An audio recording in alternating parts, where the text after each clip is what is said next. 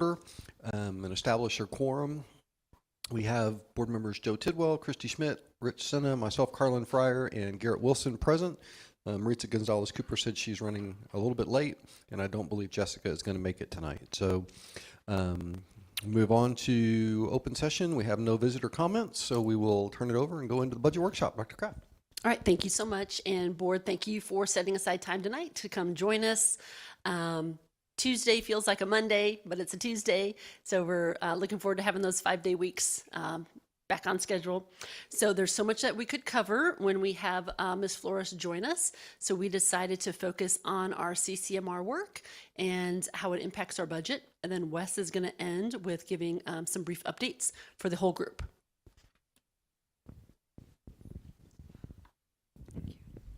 Good afternoon. So today I'll be sharing with you some information regarding all of our CCMR programming and the impact to our budget. Go ahead and click here. Of course, everything I'll be covering today ties directly to our scorecard under student success and fiscal responsibility. So why is CCMR so important?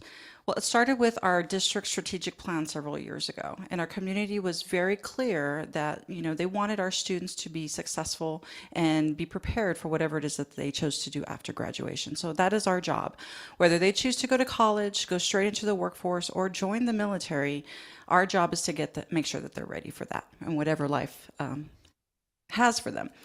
Of course, also CCMR is a big part of our accountability system, both the state and the federal, and of course our own local accountability system here in Boerne ISD. But also it's just best for students, just making sure that they're ready when they leave us. So just wanted to share some data. Y'all have seen this before, I've shared this before, but after COVID, our percentage did drop, just like everybody else's in the state. But because of the programming, the processes that we put in place, we were able to rebound rather quickly and a lot faster than a lot of area school districts. So you can see here, we had a big jump for the class of 2023. We jumped up to 86%, and compare that to our region and state data, we're well above. Yes, sir. Yes, they did, but it was not as large as ours. So what I'll be covering with you today is just some of our strategies about what is college ready and what does that mean for our kids, what does it mean to be career or military ready, and then some of the progress monitoring measures we've put into place over the last few years, and then of course our branding and outreach, which we learned very early on we needed to do a very good job with and we need to continue with because we need to communicate what CCMR is and how it impacts our students. So to be college ready, there's 5 ways a student can be considered college ready.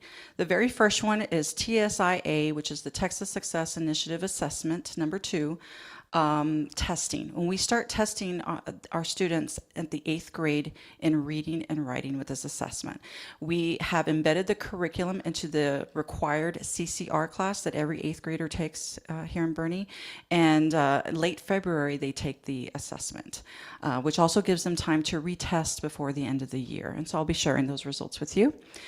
Another way through TSI testing is through the SAT and ACT. Certain scores, if you meet that metric, will consider be the college ready indicator. The next way is through dual credit courses, and we have 5 institutes of higher ed that we partner with: Alamo Northwest Vista, San Antonio College, Charlatan Today, Texas On-Ramps, UT On-Ramps, and Angelo State. That one always slips my mind. So we have 5 partners, and we have dual credit and dual enrollment. And for a student to earn, they have to have 3 college hours in either an English or math course, or 9 or more hours in any other subject. We also offer advanced placement courses. We offer a total of 33 courses across both high schools. In order for a student to gain the college ready indicator, they have to take the test, the AP exam at the end of the year, and score a 3 or higher. Also on-ramps, which is our partnership with UT Austin. And so this is a great program that allows our students very low risk. So at the end of the course, if they complete it, they can decide to take the college credit or deny it. If they feel like they were not ready or do not want to take a lower grade on the college side, that's fine. They have that option. But if they complete the course, that's still a CCMR indicator for college readiness for the district. And of course, the last one is through associate's degrees, which we currently do not have any this year, but our first cohort, class of 2026, with our P-Tech cybersecurity, we're expecting a good handful. We also do have one student who will be a senior next year who we're trying to fast track, who is part of P-Tech. So hopefully we'll have one associate's degree next year for the class of 25.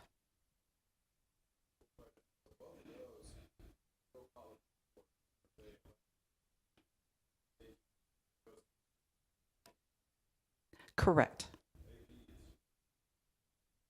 A 3 or higher, and then depending on the university you're going to, depends on the number of college hours they'll accept based on your score.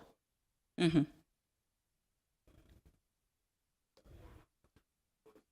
Correct. It just depends on the university and the test that you're taking.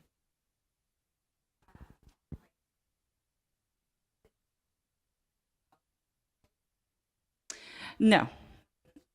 We encourage all of our students to try to attempt these courses, but there is competition between dual credit, AP, and the on-ramp. So right now we only have 3 courses that have made for next school year, but that's a program that we're continuing to grow. Will only be our 3rd year with on-ramps next year. So we're continuing to grow that. What's also good about on-ramps is that our teachers that teach that do not have to have a master's degree. So that's also a plus. They just have to receive training, which we pay for, and they also receive a stipend if they are willing to take on that class. $1,000 per semester.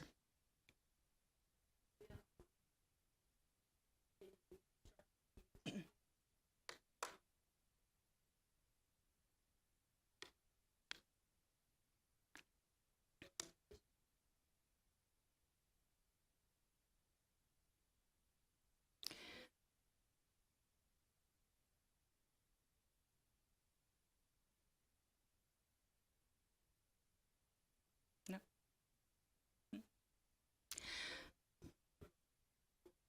So on ramps, it's low risk. So it's a UT professor that zooms in with a BISD teacher. And so there's 2 grades. So it'll be the college grade and then the high school grade. And at the end of the course, if the student says from the college grade they got, say, a C, and they don't want a C on their transcript, they can deny that. It will not be correct. Correct. What you get is what you get. It's on your. But that's a great advantage, especially for those students who may never have wanted to attempt a dual credit course. This is like kind of their foot in the door.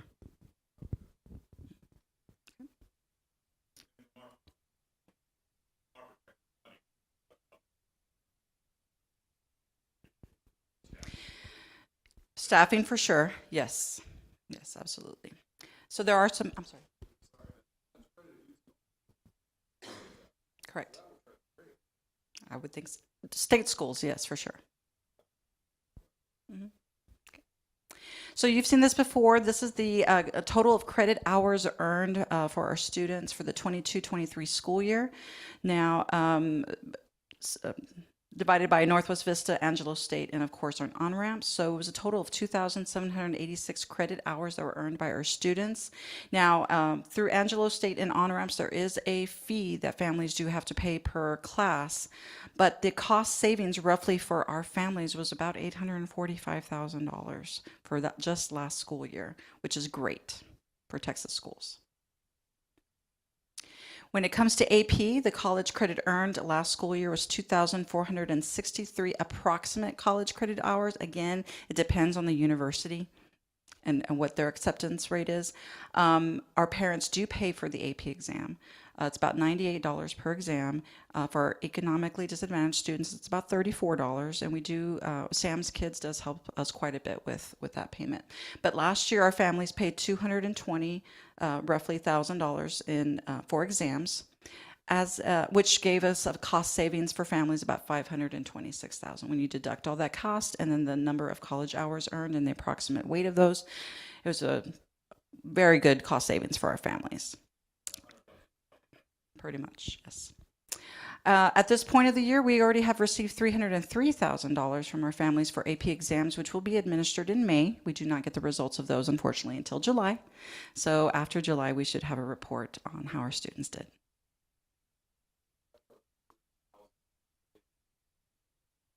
Yes, sir. Mm-hmm. We also have freshmen because we do have an AP human geography class. So there is, of course, the exams and the programming that goes along with all of these things. One of the things that we do for TSIA2 testing and to prepare our students is a couple of things. One, we use the IXL program, especially for the math preparation for our students. We just purchased that this year for our grade 11 students in Algebra 2 to give them that extra support to pass that exam. We also will have to invest next year in Texas College Bridge, which is a self-paced program of modules that get students TSI ready. We reserve that for our students at the academy to make sure that they leave us TSI ready. Now, after COVID, this was free from the state, but next year there will be a cost. They are removing that free. We also do have to pay for the PSAT and SAT suites of assessments that we offer. All of our 8th graders take the PSAT 9, and then we also test all 10th graders, and all of our 11th graders just completed the SAT test earlier in March. For advanced placement, we do offer AP Summer Institute and College Board professional learning for our staff to make sure that they are teaching at that rigorous level. And then we also have a partnership with AVID, Advancement via Individual Determination, which is a curriculum that we've purchased to embed starting in our 6th grade. We started that a few years ago. And so next year will be our first year at the high school. And we're very excited about that. So with that does come some membership fees and a lot of training for our staff to make sure that they're prepared to support our students in that way. So this is just a glimpse of how our testing looks like over the years. We start with 8th grade, the TSIA reading and writing, and then of course the PSAT, and then we end with the SAT test for all of our 11th graders and some of our 12th. Here's some of the results. So we just tested our 8th graders mid-February, and so these were our results for the last couple of years. We've only been doing this for about 3 years where we've tested our 8th graders, but we've already seen some significant jumps in the college ready reading and writing. So that's significant, and that's across the 3 middle schools. And then with our PSAT and SAT testing for our 10th and 11th graders, we are scoring well above the national averages. And of course, with that, we also have some great accomplishments with College Board and our AP exams. We've had 275 students qualify to be honored as scholars for the College Board National Recognition Programs. We have 340 students who were recognized as AP scholars, and Champion High School has earned the silver recognition on the 23 AP Scholar School Honor Roll and received the AP Access Award. So that's significant, which is great. And of course, now our P-TECH programs, just to talk a little bit about that, which gives our opportunity to our students a route to earn level 1 or 2 certificates in addition to an associate's degree and industry-based certifications. We're in year 2 with cybersecurity at Champion High School. And next year we will begin the health science. Right now our cohort size is 200 students. We'll be beginning at Boerne High School for health science. So we're very excited for that. Some of the things so our students at Boerne High School will be able to earn it an Associates of Applied Science, and our students at Champion High School for cybersecurity, the same, Associates of Applied Science, Information Security.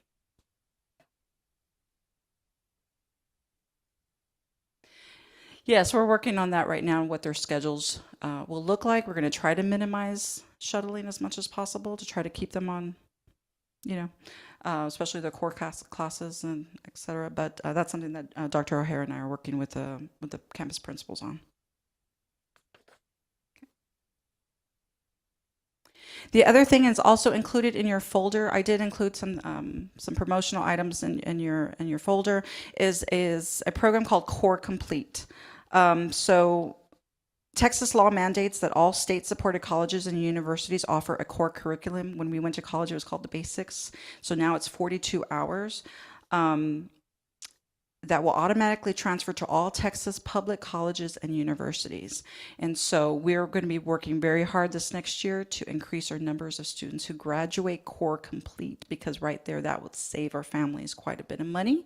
And of course, it transfers to Texas public schools. And we do have the ability through all of our partnerships to offer that to our students. So that's something we're really going to, and this last year during course selection, we really did a push and sent a lot of information home to parents regarding this.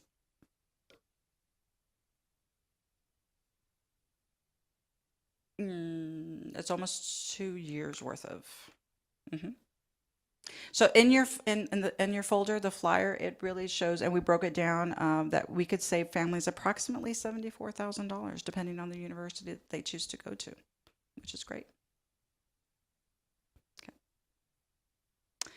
Okay, I'm now going to transition to Career Ready and our Career Ready opportunities. And students can either earn an IBC, which is an industry-based certification, a level 1 or 2 certificate. And the difference between the two is an IBC is awarded from a trade association, whereas a level certificate is awarded from an institute of higher education, depending on the number of college hours taken.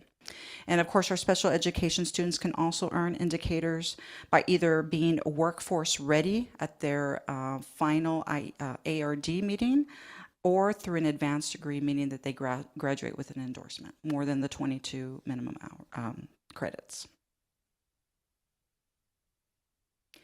So our CTE, we do offer here in BISD 18 programs of study within 11 career clusters.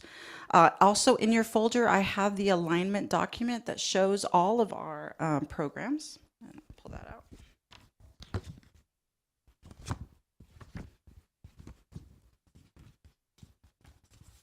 Kind of looks like this. It's a two-sided cardstock, and that lists all of our pathways and the courses, level 1 through 4, that students would take as they go along, and then the IBC that ties directly to that, and then the different options that they have. Let's see, and right now we have currently 240 students in work-based learning opportunities, both internal and external, and we are always working on improving upon that.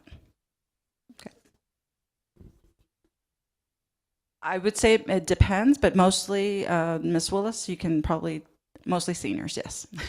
But we do have some juniors in some courses. So again, that alignment document is there for your reference. And every year we do update that as courses change. And so this is the document for next school year. So we have streamlined a lot of our CTE courses, and all of our is based on regional data. Everything that we do goes back to what does our area regional data tell us, and what is in high wage and in high demand areas. And for our area, it is, of course, STEM, which also includes IT, information technology, programming and cybersecurity, health science, hospitality and tourism, business, marketing, and finance. And some things that are coming up, of course, agriculture is always a big area program of study for us. Construction, architecture, education, and training. That's one thing that I'd really like to focus on the next couple of years. I think we should be growing our own, and it only makes sense that we do that. And of course, everything in human services. So up to date this school year, we have tested many of our students with industry-based certifications. We've had 382 attempts. Total attainments, 336. Out of those, 199 of them fall within the A through F accountability system, and we want to test kids with all of these assessments even if it doesn't account for the accountability system, because it's good for them and they're good resume builders for our students. And then 175 of those have been attained. We are still pending about 200 assessments for different programs throughout the year, so we'll have more information after our July's PEAM submission.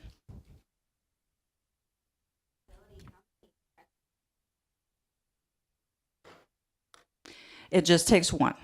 Yeah, when they graduate, they need to have at least one. So we have students who graduate with 5, which is great, but we have some students who just graduate with 1 too. So we're working on that.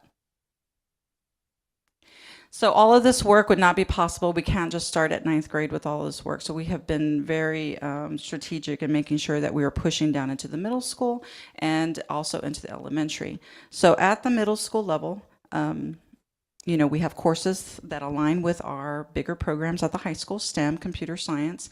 We have moved a couple of the principals courses, which are the year 1 courses, down to the 8th grade. That way that gives the students a lot more choice when they get into high school and opportunities for those work-based learning opportunities. Of course, our grade 8 college and career readiness class that we require of all of our 8th graders, we would not be able to do a lot of the work that we do without that class, so we're very appreciative of that. And of course, our TSIA testing, we do expose our students to the JROTC program at Champion High School, and of course, esports is something that's growing, and we have those clubs at each of those middle schools, which is great.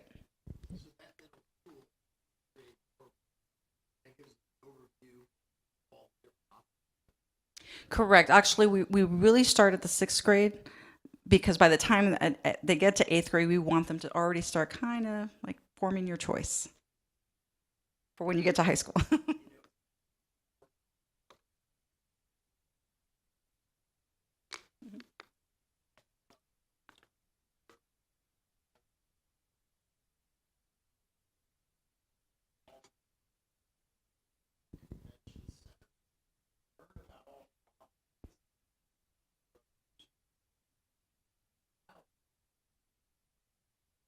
We do. And through that class, we do send our middle schoolers, I think it's October, where every middle school visits both high schools and all the programs of study. So they get to see it, hear it from the teachers, talk to the kids.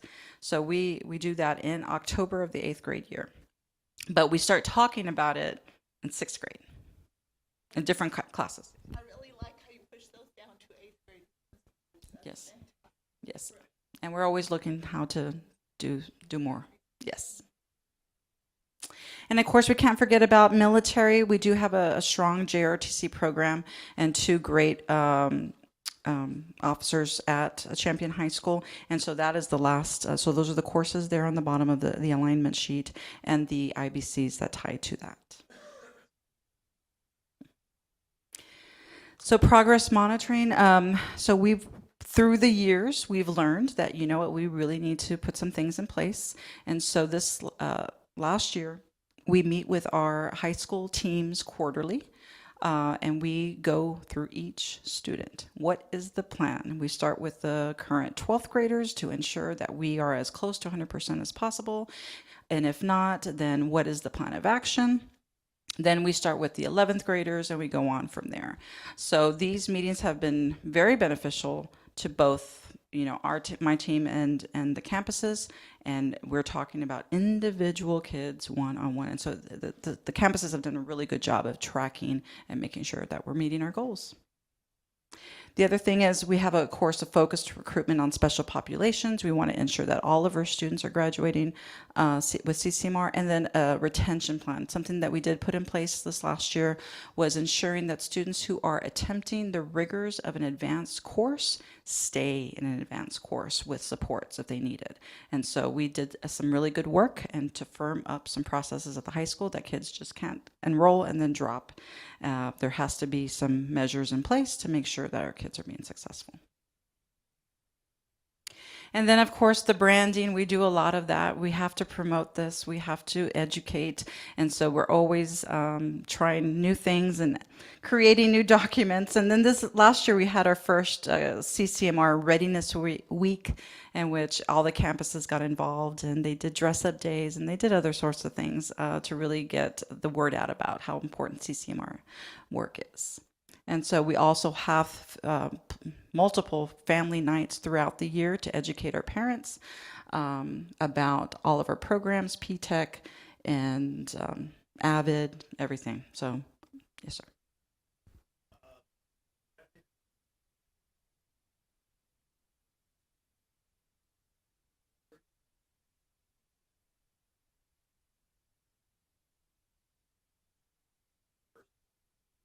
So we have our emerging bilingual coaches who have been helping us quite a bit this year to be at these meetings to make sure that they can translate. They also do a lot of phone calls prior to the meeting to invite those parents specifically. So let's talk the projections for 24-25 when it comes to our CCMR, and it is an investment that we must make for our kids. So these are the costs estimated for next year. Exams and all the preparation and the curriculum, we're looking at $105,000. Stipends that we do need to pay to our staff that teach the dual credit, around $37,000. All of the professional learning and programming, we have earmarked for $115,000. CTE, now this is just the consumables by program area. This is just the curriculum and platforms and the industry-based certifications. These tests do cost us, so this is just that cost. This is not staffing. This is not buildings. This is just the yearly budgets for teachers. And then for our branding and outreach, there are some costs with printing and paper, etc.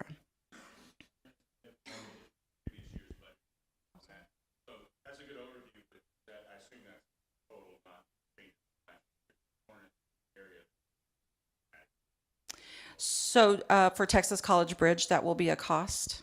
So that will increase. Some of our consumable budgets for some of our programmings will increase. The AVID memberships, things like that are pretty much the same. How much we test is pretty much the same. So it's just in certain areas we're going to see. No.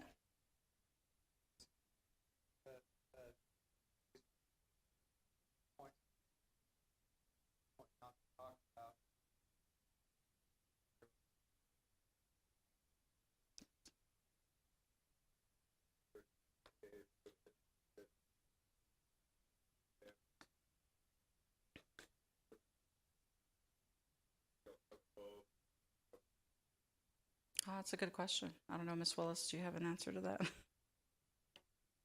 Mm-hmm.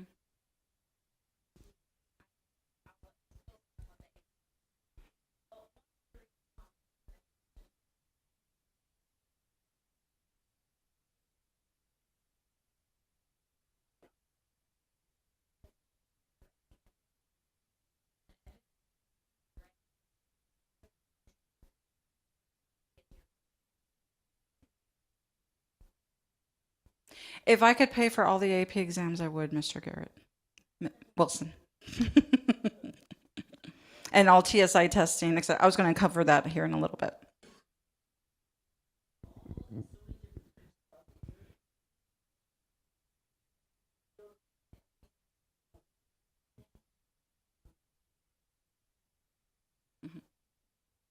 Now, we do get reimbursements, and maybe that's part of the reason. We do get reimbursements from the state on a couple of things. One, from SAT or TSI testing. We get a basic exam reimbursement once per high school student in the spring of their junior year. For CTE, industry-based certifications, we do get a reimbursement. This is our estimated reimbursement from the state for this next year. Again, once per high school student for any IBC in the A through F, so anything that does not fall on that list, we do pay for. And then, of course, our stipends that we do get reimbursed from the colleges. And we just got notified today that Northwest Vista is upping their stipend to us for next school year, starting in the fall of 24. So, but that is what we receive from the colleges.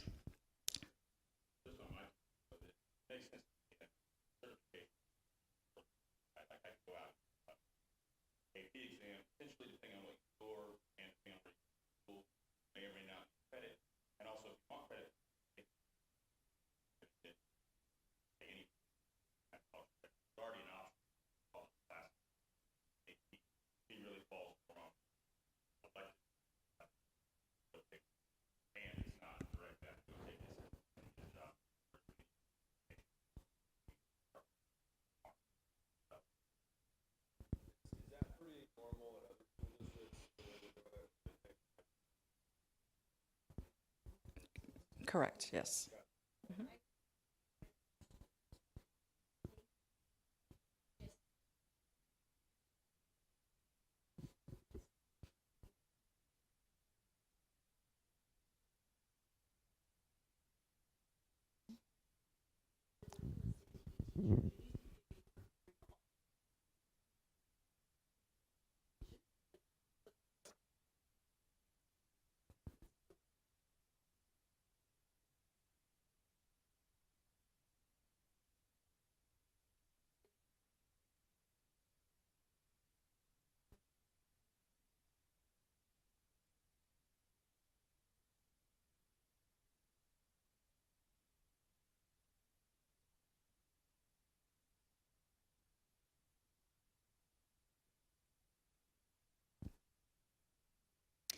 That also leads me to the CCMR outcome bonus, which is paid for each annual graduate in each of the 3 categories above the minimum threshold. So what the state does is they take all of our graduates and they categorize them into non-economically disadvantaged, economically disadvantaged, and our special education students. And in order to meet this criteria, which is a little bit more rigorous. To be a college ready for the outcome bonus, students need to have met the TSI requirement and enroll in a post-secondary school right after high school or earn an associate's degree in high school. To be career ready, you need to meet the TSIA requirement and earn an IBC or a level 1-2 certificate. So when we have, and we'll go over the percentages, if more than 24%, that is the threshold that the state looks at. So any graduate above that has earned those 2 and they're non-economically disadvantaged, we get $3,000 per student. If you're economically disadvantaged, the threshold is lower, it's 11%. And for our special education students, any student that can earn that, we get $2,000 for. So what does that look like for Boerne ISD? So the class of 2019, we received from the state approximately $673,000 as far as our outcome bonus. In the class of 20, because that was the COVID year and we didn't test as many students, that did drop. The class of 21, we received 680, and then our projection, which I verified with Mr. Scott, is for the class of 22 will be close to 900,000 that we'll receive from the state. Now, this is an estimate, and so hopefully we'll receive that funding in the fall.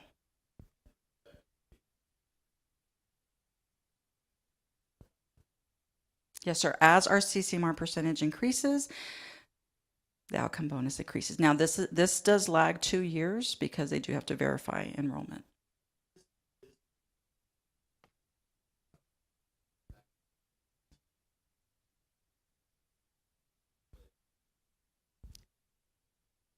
Yes.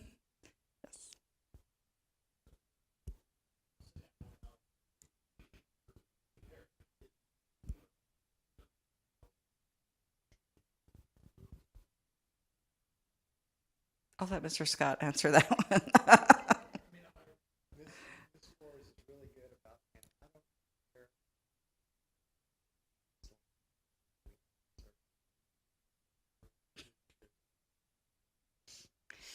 So the CCMR outcome bonus can be used really for anything that is tied to CCMR. All of our testing, all of our platforms can either software, transportation, technology. So all this money does go back into serving our students in this way.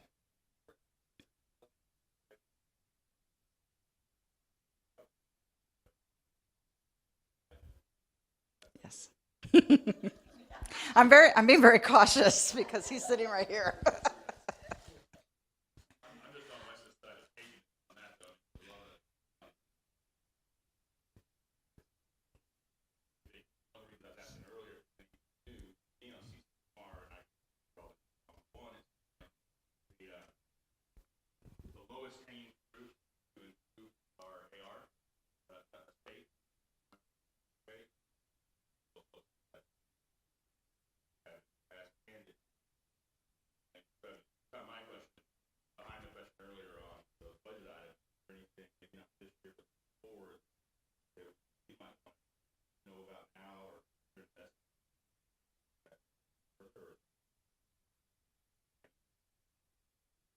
As of right now, these are our projections for next school year. We have looked at some of the increasing costs of all of those things, and so our projection is pretty on point.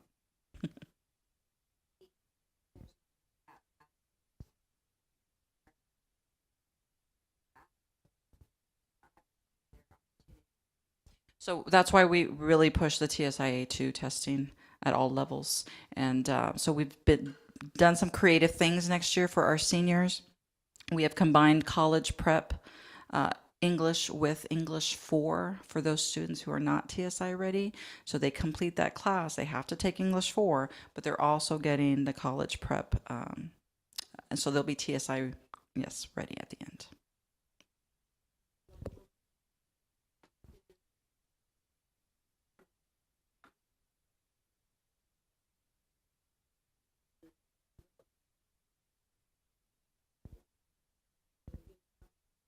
And completers, yes, that's another thing that we'll be focused on. So next steps, of course, we'll be opening P-Tech Health Science at Boerne High School in the fall.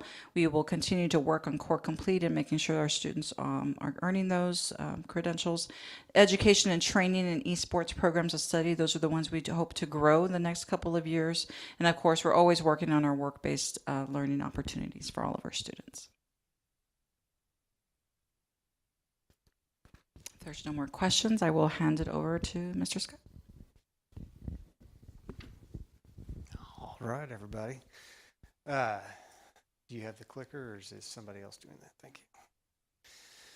Okay, there have been this is traditionally I don't present during the April workshop, but there have been a number of items that have come up in discussion that this workshop provides good opportunity to talk about some topics that have come up, some philosophies that we want to address, and we're talk about some of the philosophies behind deficit budgeting.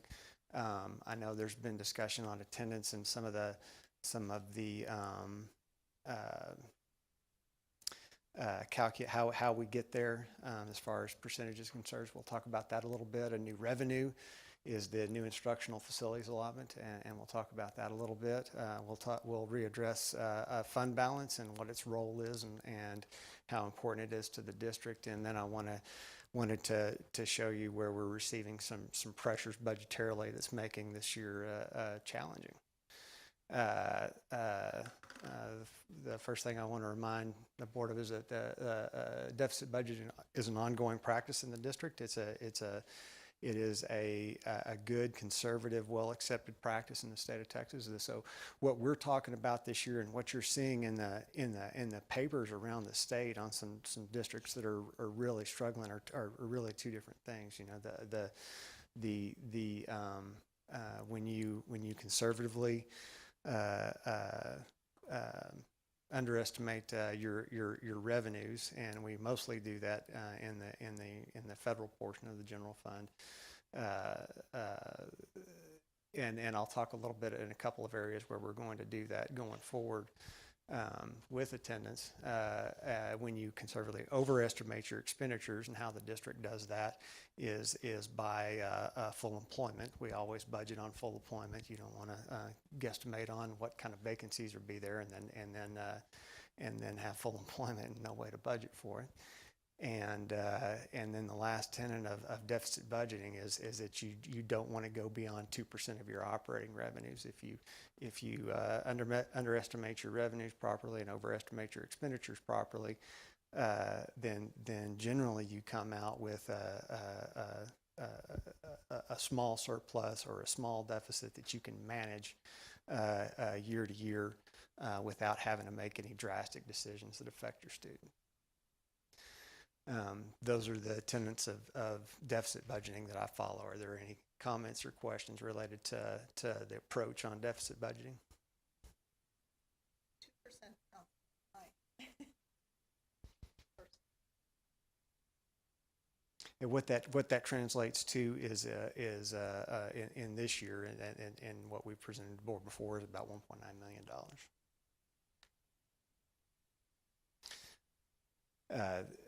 And an example of that is one of the places we underestimate is I put very little money in interest income, right? And what I have tentatively set for the 24-25 budget for interest income is, I think, $200,000.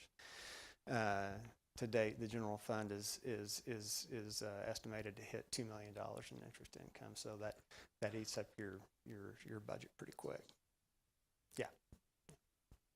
This is different. I know we did it last week, but different how PIS is done.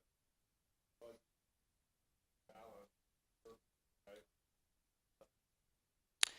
The first kind of No, this will be the third year in a row. I think the first year I was here, we adopted pretty close to a balanced budget. In 22-23, we adopted a deficit budget following these exact tenets. Last year, we adopted a $1.8 million deficit budget, and then increased that deficit based on the surplus that we had from 22-23. Right. So this is what we've consistently done for most of my tenure here. Mm-hmm.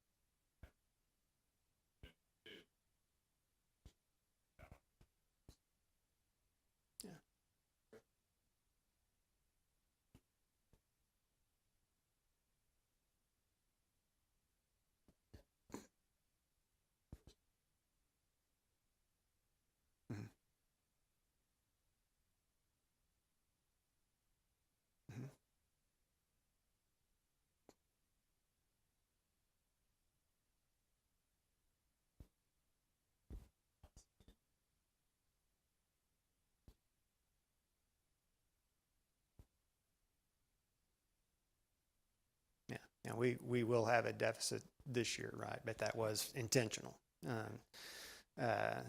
And we'll talk a little bit more about what Mr. Senna was speaking to here momentarily. All right, attendance. We last 2 years we based when I say last 2 years in 23-24 budget and in the 24-25 budget, we're doing 93.25% of anticipated snapshot enrollment, right? And I'm not 100% sure what was done previous to my tenure here, what kind of percentages were used. I heard 95% thrown out a lot. I just want to 93.25 is what we've done based on our performance since COVID, right? And you can see here the ADA against snapshot enrollment got really bad in 21-22 and has slowly come up. 21-22 is a little inflated because of what the TEA did during those 2 COVID years. We only had 4-6 weeks of ADA in the 19-20 year, and then in 21-22 they artificially inflated ADA as a part of what they were trying to do with ESSER funding. We're on track this year to almost hit 94. That 93.97% you see in 23-24 is through last week's attendance. So we're on a good trend, but we're not there yet, and it's a good idea at this point in time to stay with that 93.25 until I always want to stay a little bit below what we're actually doing in the spirit of conservatism. Just an idea on the dollars that translate every quarter percent to about $170,000 in funding.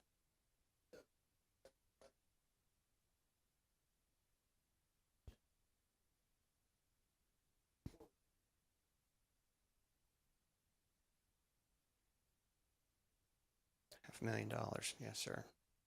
Yes, sir. Mm-hmm.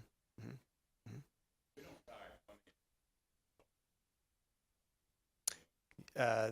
Their non-payroll campus allotment are now, last year we did put that into place.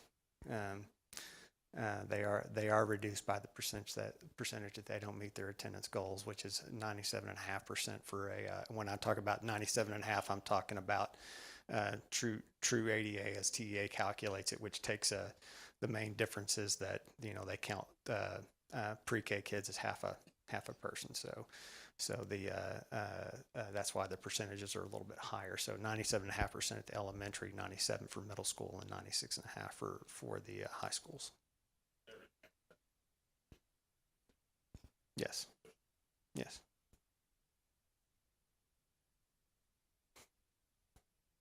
Okay, the new instructional facilities allotment. This year we will get monies for the new instructional facility allotment for the opening of Viola Wilson Elementary School. And we're right now, that's $1,000 per ADA. And you get that in the second year for the increment. So if right now, prior to boundaries being finalized, I've just put 400 in as a placeholder, and so that translates to $400,000. So the extent that we had 400 this year and 500 the year after that, we would get another 100,000 for that 100 increase in 25-26. Application process will come open this summer. We'll submit that to TEA. It will be a part of the foundation allotment where we get all of our other state funding in the general fund. Just informationally, we're on. There are 3 different payment plans for the foundation allotment depending on your property wealth. So we're payment plan 3, which means we get 40% of our entitlement in September, 40% in October, and 20% in the following August is how that works.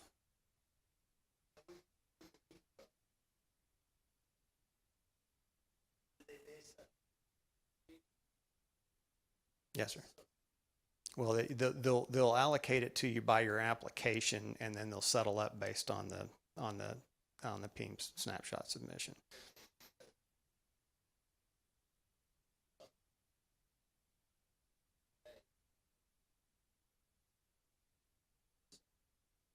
Mm-hmm.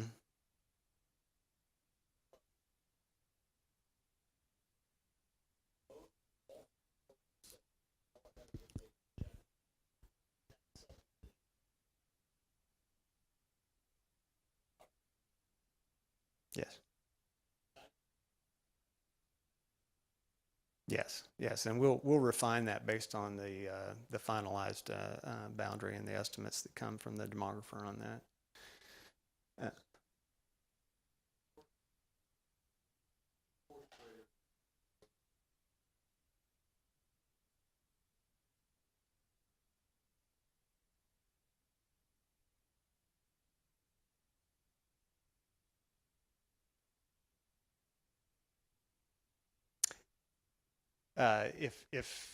If they don't go, if they're not a part of ADA, then we won't get credit for it.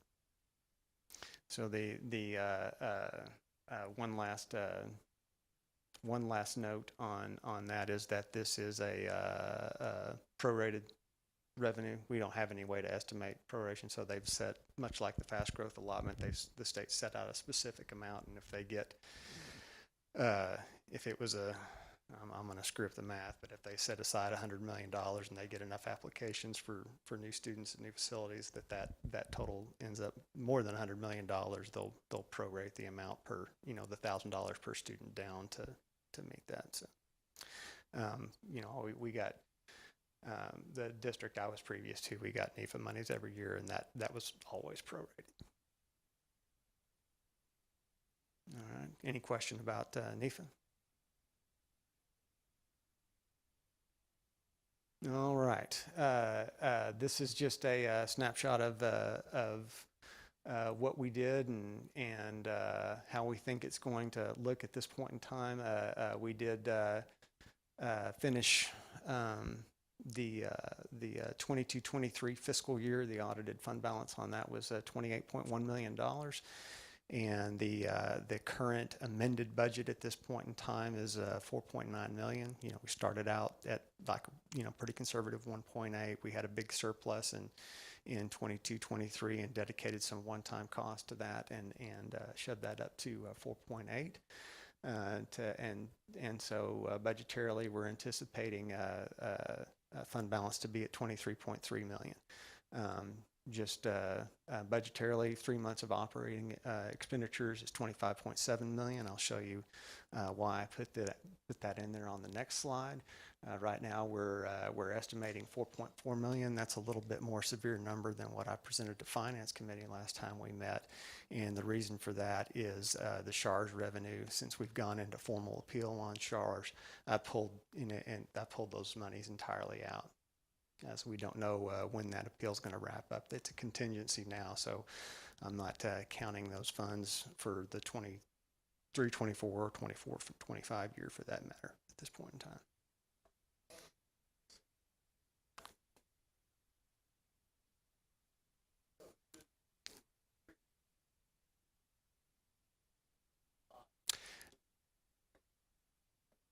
I put 3 months on there because it's kind of a TASBO and TEA standard that they recommend. So what their standard is and what's best for the district is a couple of different things, and I'm going to expand on that a little bit more and present the picture of what fund balance kind of means for us.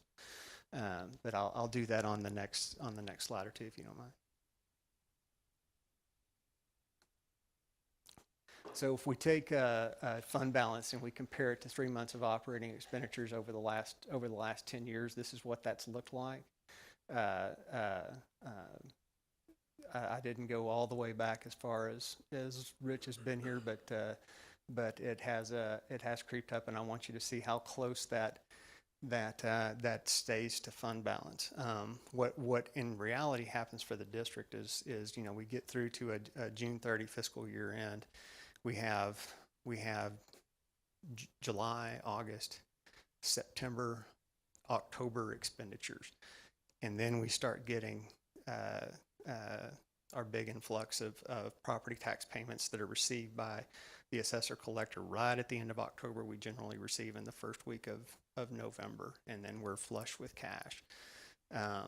So fund balance is important from that standpoint, is that we're able to maintain those expenditures. There are revenues that come in. I just talked about, you know, about 10% of our funding it does come from the state, and we get 80% of that funding in September and October. It's hard to rely on, like, you know, just because of the nuances of Senate Bill 2 this summer. We got a big increase in state funding, but that had been determined after the October payment had been made. So there's about $4 or $5 million that we should have got in October that we won't get in August, right? So it's hard to depend on. That's why part of why fund balance is so important, where we really have 4 months of operating expenditures. Those first two are a little bit lower because teacher pay is not a part of that in July and August. We've got accrued payroll at June 30 that takes care of that. That's part of that, of the difference that you see between cash and fund balance. That's why they don't call fund balance a savings account. But there are a good portion of 4 months of expenditures with some offsetting, and that's why I use 3 months.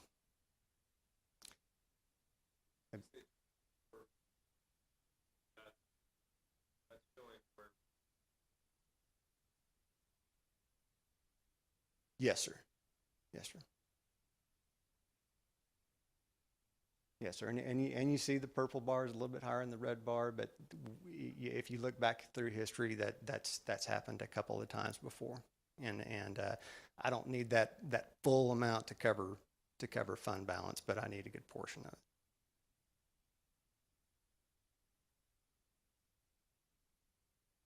And when you budget conservatively, you're able to make those adjustments without doing anything severe.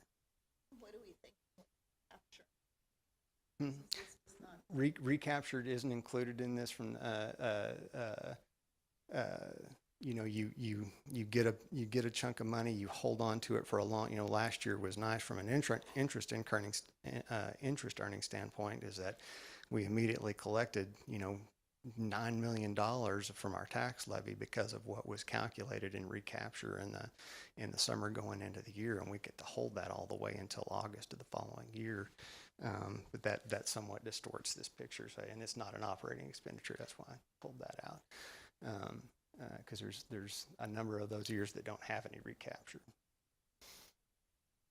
including 23, 24. Well, we paid it in 23. We won't in 24, and we won't in 25.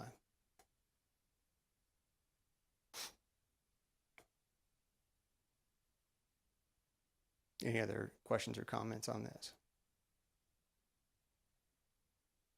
Okay, and then I just wanted to make you guys aware of some of the budget pressures. I picked 5 line items that were a little bit extreme. The utilities, the fuel, and the insurance were expenditures that aren't necessarily affected by the number of students we have. You know, except for the 18-19 year, I don't think we've had any change in the number of facilities that we've had. Our buildings aren't worth anymore because we have more students in them. We don't leave the lights on any longer. And the increases in these all greatly exceed inflation. Just the rates associated with these have just gone through the roof. And then for SPED and S&S, it represents safety and security.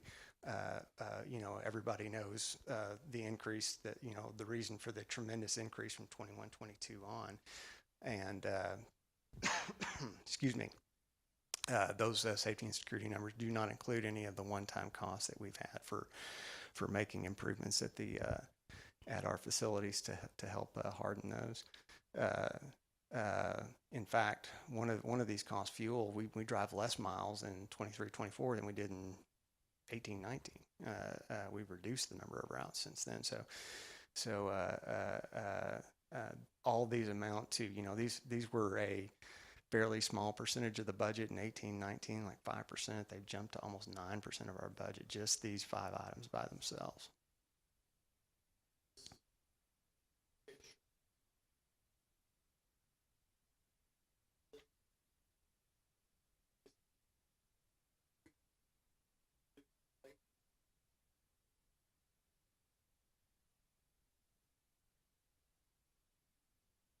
Mm-hmm. Yes.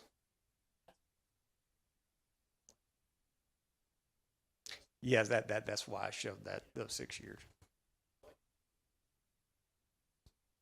Mm-hmm.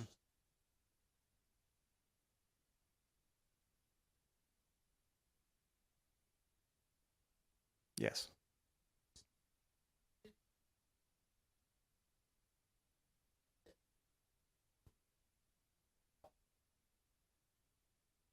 Mm-hmm.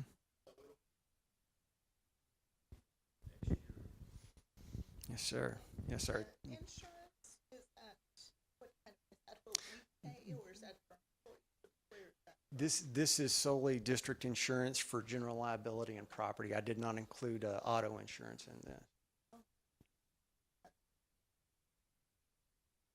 It's going to be another significant. We won't find out until this summer, unfortunately. We're trying to get as much information out of TASB as we can, but everybody's anticipating it's going to be another significant jump. Sure, and I appreciate you pointing that out about House Bill 3. That was supposed to be one of my introductory points, as I did this from 18-19 so that you would see the increase as opposed to no increase in funding over that point in time.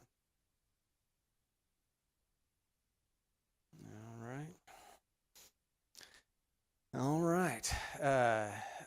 Next month we'll have another workshop, and we'll present a picture of what we propose the budget to look like, and we'll tie that into our scorecard.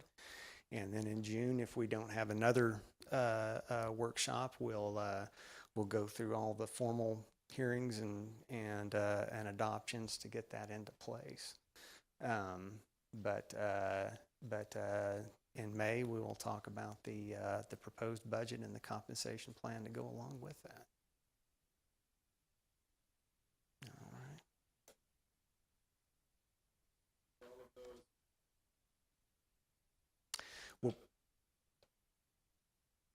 We'll more than likely provide options, but provide a recommendation at this point in time as well.